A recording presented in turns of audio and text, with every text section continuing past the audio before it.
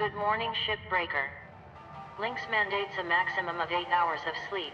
Any extra sleep time will be docked from the next pay cycle. Have you ever dreamed of working in space while dealing with countless job hazards, oppressive and uncaring superiors, and a debt so big that it rivals that of a small country? Well, good news, because Hardspace Shipbreaker is the perfect game for you. Developed by Blackbird Interactive, the game was released in early access in 2020, but had its final release this year. I've been following its progress since its initial release, and now's the perfect time to review it. Without further ado, let's get things rolling.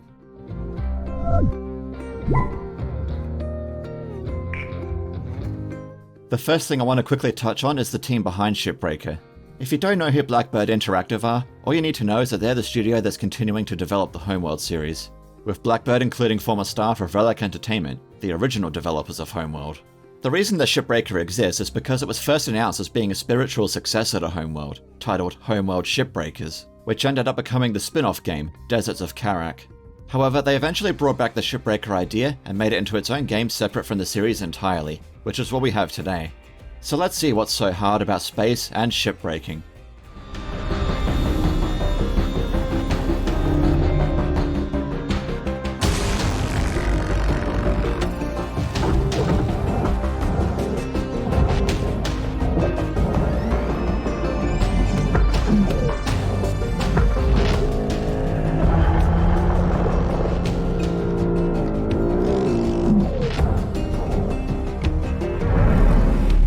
By 2329, a new job has emerged thanks to mankind's expansion into outer space, the Shipbreaker. The work pays an absurdly good amount, but the catch is that the job is more dangerous than being a Chinese steelworker. Be that as it may, things haven't really improved on Earth between now and then, with microplastics in food now being the norm, and unchecked capitalism corrupting both the planet and the final frontier. You play as somebody who applies for some shipbreaking work with the Lynx Corporation, which is the big evil company of the game. After being accepted and carefully reading the terms and conditions, you're sent on your way up to Earth orbit to disassemble some ships for your new corporate overlords. The first order of business is to physically process your body so that your genetic data can be used for clone backups in case you die at some point. With that out of the way, it's now safe to die. Before you can earn some dosh of your own, you need to pay off the billion-dollar debt you obtained by signing on with a company. So you're going to have a lot of cutting work ahead of you. The ships that you'll be disassembling have some interesting designs that wouldn't be too out of place in the Homeworld series, which is no surprise given what I mentioned earlier. The same can also be said for the space stations and other installations you can see nearby. But don't expect to see any sleek Star Trek style ships here, since most of the ones you work on are basically an upsized version of a well-used Toyota van with an ungodly amount of mileage. They even include leftover chip packets for good measure. Unfortunately, there are only 4 ship classes for you to work on in the whole game. All you get are the Mackerel, the Javelin, the Gecko, and the Atlas. This is my biggest problem with Shipbreaker, as it doesn't take long before the variety in ships grows stale. They do come in various configurations to try and keep things somewhat diverse, but it starts to feel very samey once you've gone through each ship class once. From what I can gather from dev Q&As, it seems that they haven't ruled out introducing some more ship classes down the line, at least at the time of this video, so hopefully we'll get more in the future. As you're doing your work, you'll get a nice view of the Earth from above, as well as other nearby objects in orbit. Not that you'll be focusing too much on that, since time is money here, and your shifts are limited to 15 minutes. But throughout the whole game, the Earth never moves and is always on the light side of the American continent. It's a small little detail, I know, but it'd be cool if you could see different parts of the world at different times in every shift. It would at least keep things a bit more interesting, and partly make up for the ship variety problem. However, one detail that I do like involves the HUD of your space helmet. Whenever you're close to certain objects like tethers or reactors, it'll start glitching and acting up. But what's more impressive are the effects from cutting and ripping apart the ships, which are easily one of the standout aspects of Shipbreaker. Every part of a ship will have realistic physics and react to any force you put on it, which means that if you're not careful, it might result in you making an appearance on the 24th century equivalent of Live Leak. You can cut out random parts of the ships in any way you like, and you can cut the critical joints that connect each major section together. Either way, sparks will fly, and dark areas will be lit up by metal being melted down and destroyed. This is one of those games that comes with a photosensitivity warning, although it's not on the same level as something like Space Beast Terror Fright, but it still looks great here. It goes hand in hand with the sound design too, as melting down the cutting points of ships always feels pretty satisfying.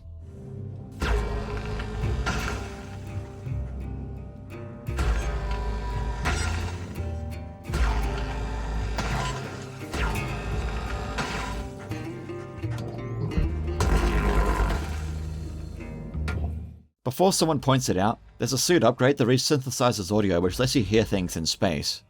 somehow. Don't question it too much. What's important here is that it sounds excellent, even at the start of the game where you can mostly hear things from vibrations in your suit.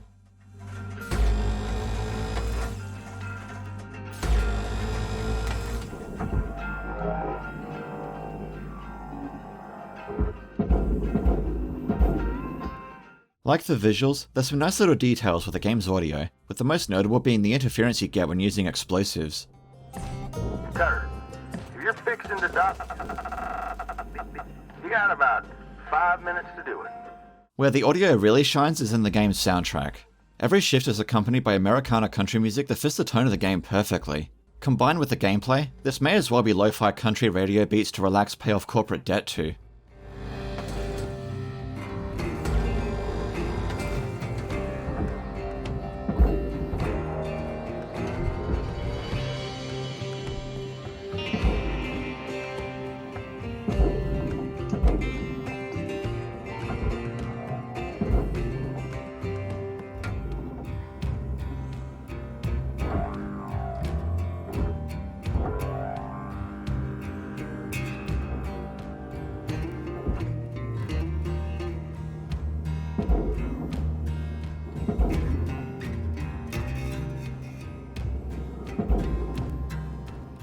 While Shipbreaker is the sort of game that you can easily play while listening to a podcast or other music, you really should play this while enjoying the soundtrack for at least a couple of hours first. You also won't be able to hear the zany music when your helmet takes a hit. Deposit secured. Credits rewarded.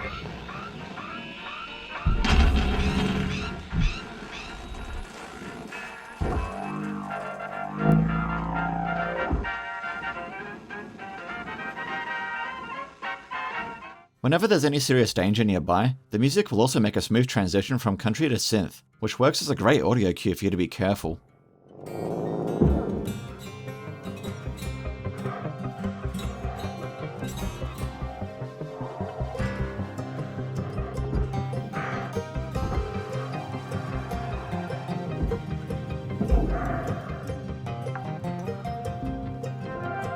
I mentioned earlier that your work shifts are 15 minutes, which might raise some eyebrows, but this only applies to the career mode. And even then, you have a special difficulty for that if you still want to have them turned off. You'll have a total of 4 difficulties to choose from when starting the career mode. Open Shift, which is what I mentioned just before. Standard, where you have normal shift timers. Limited, where you have 30 lives for the whole game. And No Revival, which is permadeath. If you want an even more relaxed experience while you play reverse Legos in space, there's a free play option made just for that, with everything unlocked from the get-go. When you start the career mode, all you have are your spacesuit, a cutting laser, and a utility grapple to accompany your new life in the zero-G scrapyards. The laser and grapple are your bread and butter, as they're the most essential tools for the whole game. Using them is a fairly straightforward process. Cut things with the laser, and move things with the grapple. The laser can either melt things down with precision, or act as the bigger meaner brother of Dead Space's plasma cutter. It's time to split! The grapple does what it says on the tin, as well as pushing objects and putting down tethers that pull objects together. Later equipment unlocks will include demo charges and vision modes for seeing what's inside of ships. Your main goal is to salvage as much material as you can in every shift. Heavy stuff like titanium and nanocarbon goes into the processor, other metals and objects are sent to the furnace, and reusable objects are dumped onto the barge. Your HUD will conveniently tell you what goes where, so you won't have to memorize everything. Whatever you do, just don't accidentally get yourself processed into a cube worth a little over $8. Every ship will have a number of salvage goals for you to achieve over multiple shifts. Properly salvaging materials will fill up the salvage bar, while destroying or incorrectly disposing of materials will fill it up the other way, but in red. This can stop you from reaching higher level goals if you mess up too much. You also need to remember that the more stuff you salvage, the more money you earn to pay off your debt, so those are your incentives for doing a good job. Between shifts, you hang out in your habitation module, where you can check emails, put up decorative posters, and manage your equipment. At a certain point in the career mode, you'll also get the ability to begin collecting parts for a ship of your very own, which is managed here. So apart from paying off your debt with it, your ship salvage also goes towards your rank, which is earned through mastery points that are given with each salvage goal. This will unlock more ships to break, as well as new equipment and upgrades. Alongside the mastery points, you also get links tokens with every goal achieved, which is the currency for buying the equipment upgrades. Earning money is pretty much a given, so the salvage goals are what you should be prioritizing. There's a nice sense of progression as you improve your gear while unlocking access to more ships. You'll probably find yourself wanting to get more and more upgrades just so you can work more efficiently than before. There's plenty of choices for what to get for your gear, such as increased durability, range, and so on. Some of these will barely make a difference, while others are must-buys. A notable example of this are your oxygen tanks. At the start of the career mode, you have nowhere near enough oxygen in your suit to last a full shift, so topping up your oxygen capacity should be one of your main priorities. But it's not that dire of a situation, as Lynx will happily let you refill your oxygen tanks during a shift, for the low price of 16 grand per refill. This also applies to the fuel of your suit thrusters. Oh, and remember how I briefly mentioned equipment durability before? Lynx also sells repair kits for that. Luckily this isn't too much of a worry, as the amount of cash you earn from salvage will far outweigh any of these purchases. You can also find these resources on board some of the ships and take them for free. The real reason for why you want more tank capacity is that the short journey over to the kiosk and the salvage bay to top them up will result in lost time that could have been spent on cutting ships instead. Don't forget, time is money here. You'll want to purchase your own gear when you can as well, because none of that is actually yours, since you're just renting everything and paying hefty fees to use them. As you start paying off your debt and improving your gear, you'll be handling more powerful tools that start to become a hazard of their own. No matter how many fancy unlocks you have, you still need to play it smart here. Sure, pushing a big chunk of metal with 30,000 newtons into the processor is nice and quick, but do it at a bad angle, and you've found a surefire way to flatten yourself. Keep in mind that almost everything in the salvage bay can just as easily disassemble you under the right circumstances. There's plenty of dangers on the job, but you're not thrown into the deep end straight away though, as the first bunch of ships you work on will be fairly benign. You'll gradually start receiving ships that have more hazards as you rank up. These will include small things like power cells and thrusters, and more dangerous ones like reactors, fully pressurized ships, and quasar thrusters that require you to shut them down from the inside while they start to ignite. Even if you intend to become Mr. Safety himself, you're going to have to pull some dangerous stunts at one point or another. A notable example are the atmospheric regulators of pressurized ships. Normally you switch one of these off and the ship will depressurize, making it safe for disassembly. Easy. What's not so easy is that sometimes they'll be broken, which means you have no choice but to punch a hole to the outside to get the air out. This will result in everything not bolted down flying everywhere, and in some cases it can even trigger explosions. Processing object. The biggest hazard you need to deal with are the ship reactors, which turn into a ticking time bomb the moment you grab them. For this reason, it's recommended that you always clear a path to the barge where you can safely chuck it away, because if you take too long, you'll get a nice pretty explosion accompanied by cinematic frames per second.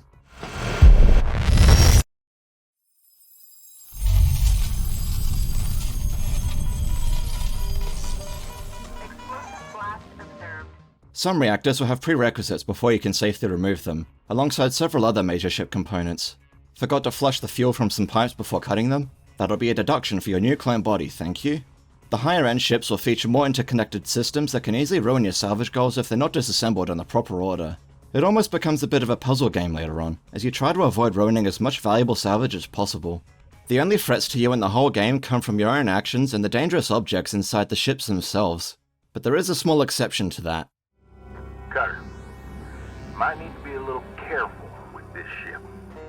She's been giving us some grief. Found her floating. No one aboard, no distress signals. Manifest's been completely wiped. It's like they took a long walk, never came home. Just keep an eye out, all right?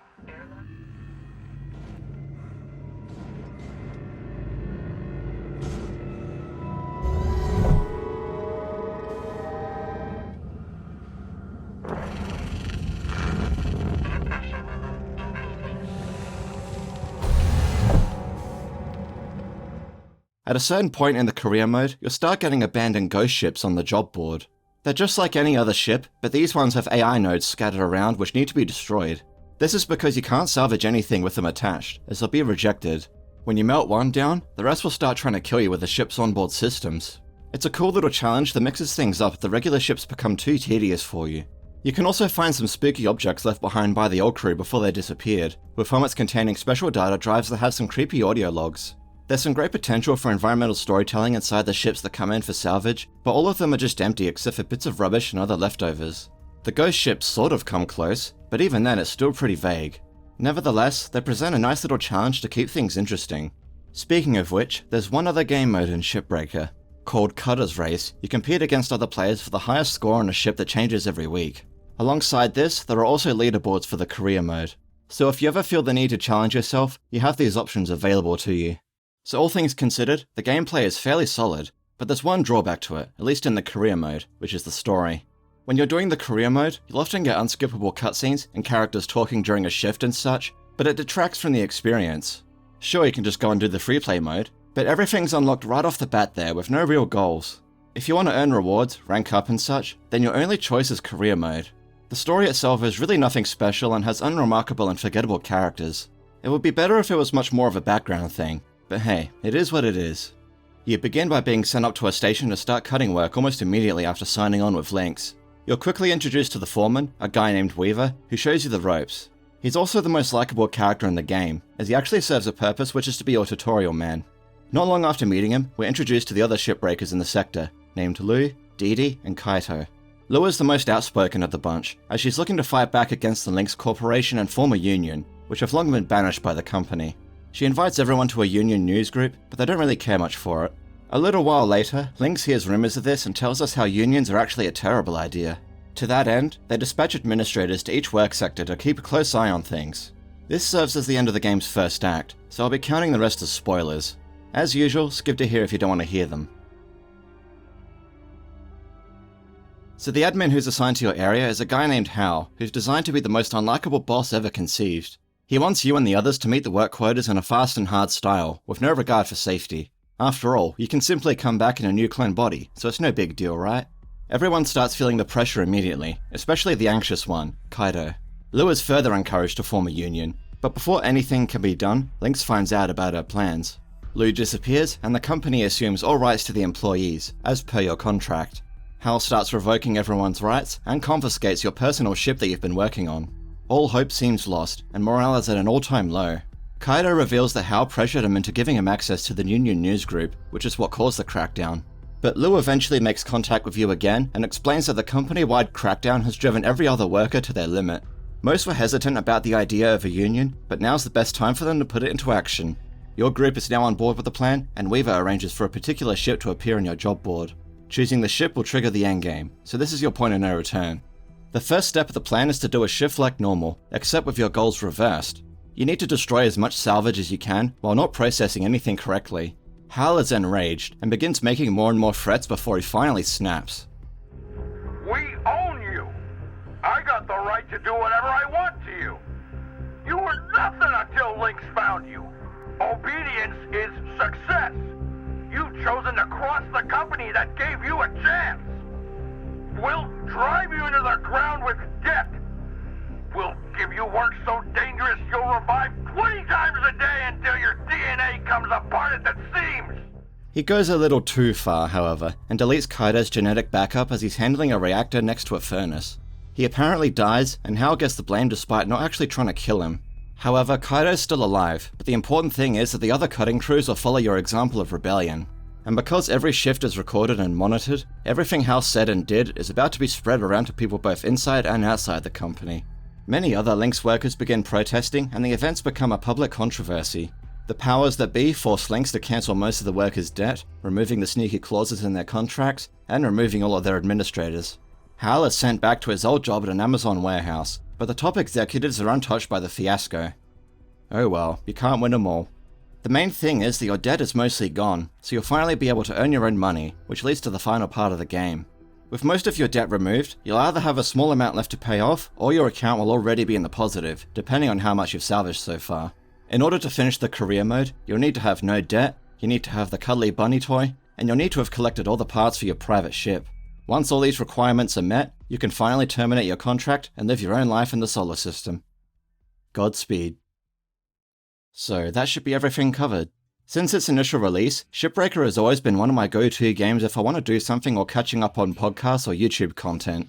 The story is very much and the ship variety is another issue, but the core gameplay is still very much enjoyable, which is what really matters here. So all things considered, I'd happily give this game a recommendation. If slaving away in 0G piques your interest, you can get Hardspace Shipbreaker on Steam, the Epic Games Store, or the Microsoft Store. So that's everything for this video.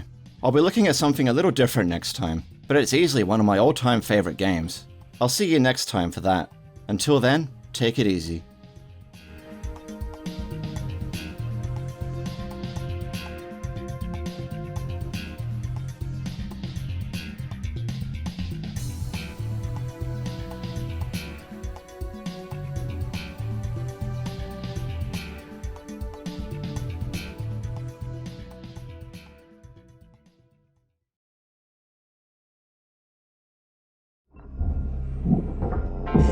แหมfucking meow